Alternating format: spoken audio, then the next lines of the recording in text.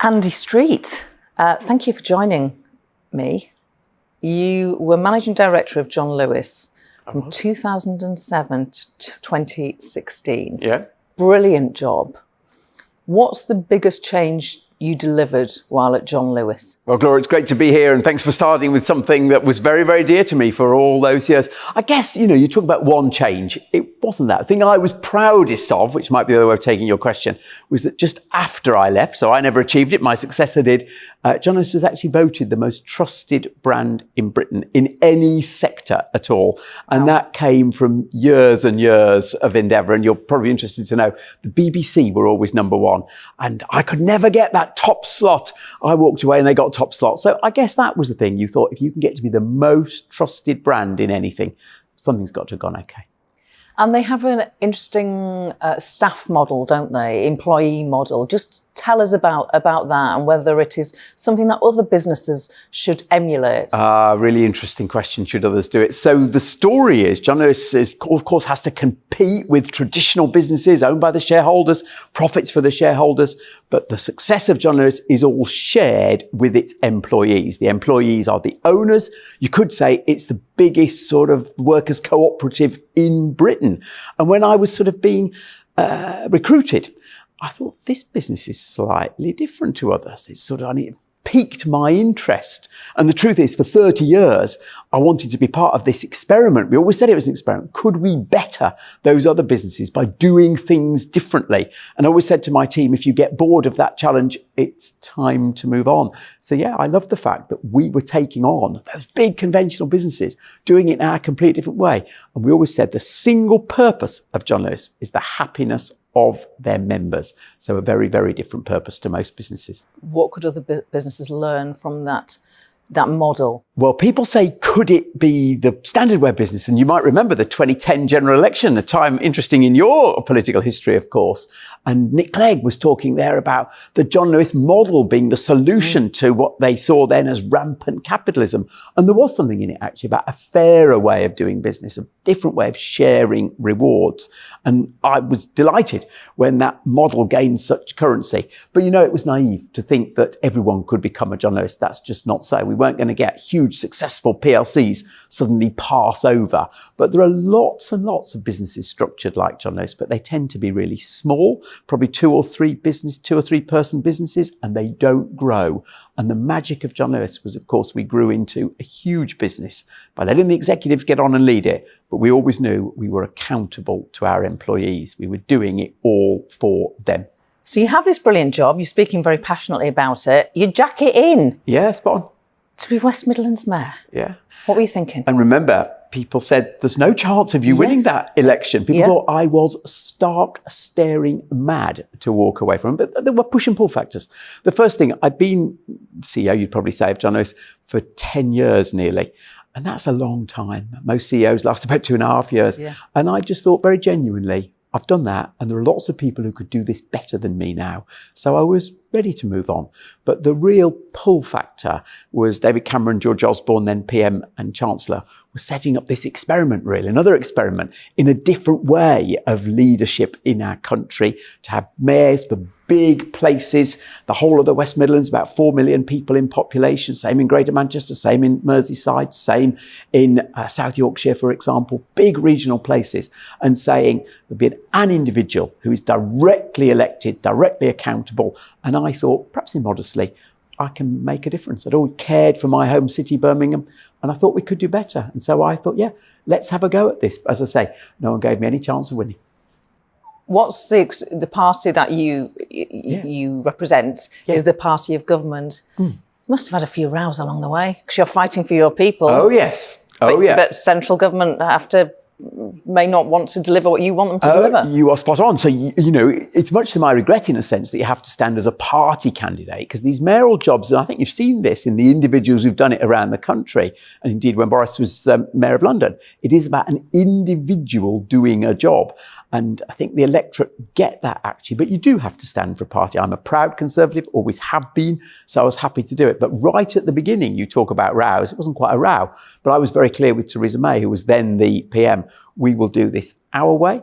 this campaign will be run entirely from Birmingham, not by central office, and we were going to be that little bit independent. And I've always thought in the last 5 years, my first loyalty is to the people of the West Midlands, and on occasions you have to stand up to government and say, no, that's not the best thing in our interest. Famously, during the sort of tiering thing in lockdown, you had to get out there and say, this system, this lack of support for the higher tiers isn't right. So yeah, you've got to be careful. You're Conservative, yeah, but your loyalty is to the people of the West Midlands. And when you were elected, you became the first openly gay Metro Mayor in Britain. You're a trailblazer. Do you feel like one? No, there were only 8 of us, so it wasn't a huge group to be a trailblazer amongst. But I was very clear, standing in a role like that, people needed to know who you were, what your values were, what makes you tick. So the fact that I was gay needed to be on the public record. So I just did it. It makes absolutely no difference to how I do my job, but people needed to know. And that was all it was. And I didn't sort of feel I was a trailblazer in any way. It's probably 30 years too late for any of that. I read that you didn't realise you were gay until you were about 30. Yeah, that's about right, yeah. Can you expand on that? It struck me when I read it. I was surprised. Well, that's just my story that I know for many people, they know when they're 5 or 6. Some people say much sooner, but for me, it was much later in life, really. And I suspect, if I'm very honest, it was to do with all the normative pressures that there are as you're growing up and the things you just expect to do. But through my late 20s, I just thought, no, this isn't me. And so things changed. And coming out was a happy experience. Yeah, I've been very pleased that I've been very honest with people. And do you know what? Apart from in interviews like this, no one ever mentions it in my daily life. And this is, I think, a huge credit to modern Britain. It is utterly irrelevant. You're close to Michael Fabricant MP. Yeah. How would you describe the relationship, the friendship?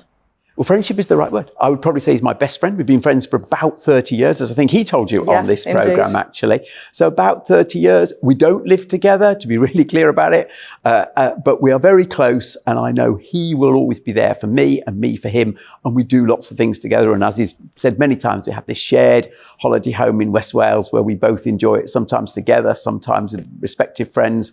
And if you're not, perhaps expand a wee bit, if you're not married with kids, you do need a different group of intense friends to provide that sort of support network. And Michael has been an intense friend for many, many years. Who leaves the most mess when they've stayed there? Him. No question about it. Would you like to be a Member of Parliament? A Member of Parliament. So interesting question, because I think this, because it makes you, it's not the first time I've been asked that. I've been asked it probably for many years, because what we didn't say in the early life, I studied PPE, the politician's degree at Oxford. How predictable.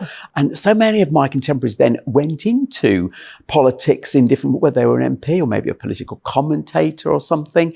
And I see some of them now leading the way. And so many people thought I might do that. I was chairman of the Conservative Association at Oxford, but I didn't want to, and I never want to. And all the time I was in John O's, people kept saying to me, come on, Andy, get on with what you really want to do.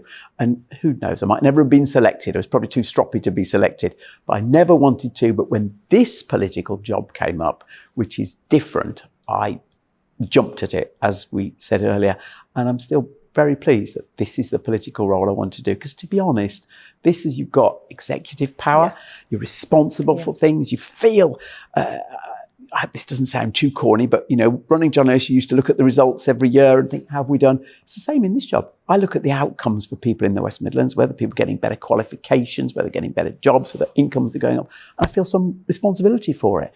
So I like that sort of sense of ownership of it. And that's unique to this job. It's not quite the same as an MP when you're part of a much bigger team. You said that you did the politician's degree, the PPE at Oxford, and you were chair of the Conservative Association at Oxford. Any famous peers? Well, Boris was a bit younger than me, but he was there, and he was involved in the union famously, which I wasn't involved in. People of my background were more were less confident, I suppose, for that.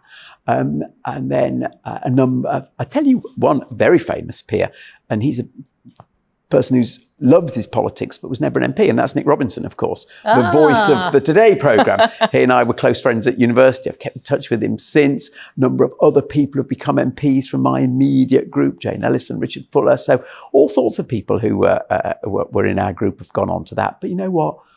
I always like to think I've done things slightly differently. You mentioned your background. And you said that you weren't involved in the union because of your background. What do you mean by that? Well, quite simply that I think looking back at how you needed to be for that when you were 19, 20 or so, you had to have a degree of self-confidence that, if I'm honest, I could not have aspired to when I was that age.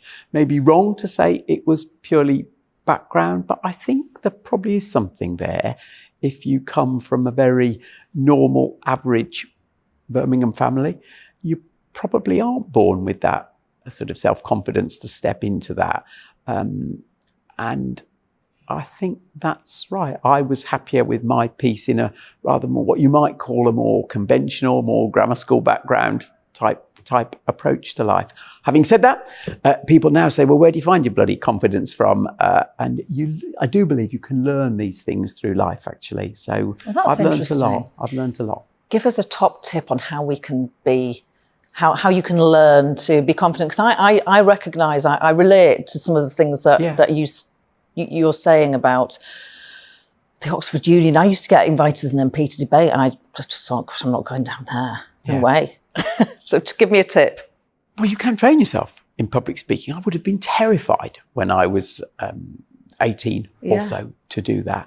But you can, I mean, this is going to sound bizarre, but I had an executive coach when I became MD of John Lewis, actually, because it's not dissimilar. If you're fronting a company that it's in the public domain, I say most trusted company in Britain, everyone's got an opinion on John Lewis.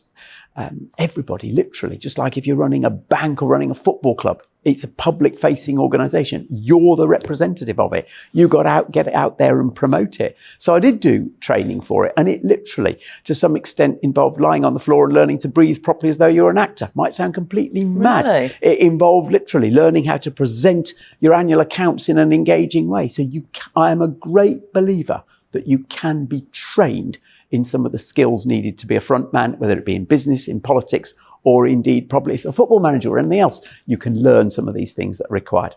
Interesting. Final question. Probably the most political current question. We're recording this the morning after Boris Johnson has won his vote of no confidence, albeit more narrowly than some expected. Your fortunes, it doesn't matter how brilliant you are, every mayor's fortune, every local MP's fortunes, it affects them. What's happening at the national level, the state of that national party. What do you say to those who caused last night? Well, interesting question is who's caused it. So it depends a bit what you mean. But I would say this to both sides of the debate last night, actually. Of course, what's happened in terms of number 10, Partygate, is utterly wrong. Absolutely no question about it. It has to be condemned. It's a huge surprise that it happened, and it is just completely unintelligible from someone looking on afar. But you come to the question about whether what you might call regime change is in the interests of the people you represent. And my job, as I said earlier, is to think about the interests of citizens in the West Midlands. We've had a torrid time through COVID. We're slowly rebuilding. Some of the things the government are doing are really, really important to our futures. And so I would say, think about those things. Think about the delivery of HS2, of levelling up, of the devolution deal that we're working on, investment in new jobs and skills and new industries. Those are the things that matter. Actually, is the government going to deliver on those promises? So to all Conservative MPs, I would say that's what I and my citizens are actually really, really wanting to see.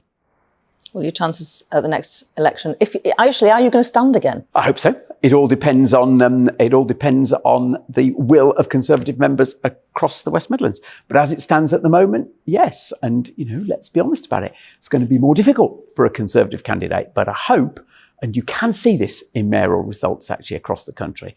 I hope my record, the way I've gone about this job, the way I've personally demonstrated my values in how I've done it, that will win through whatever the national situation. Do you hope Boris Johnson will be the leader at the time of the next election? That is not down to me. That is actually down to MPs and then the members of the party. What I know is I will stand on my record. Andy Street, our first mayoral interview. Thoroughly enjoyed it. Thank you. Thank you very much.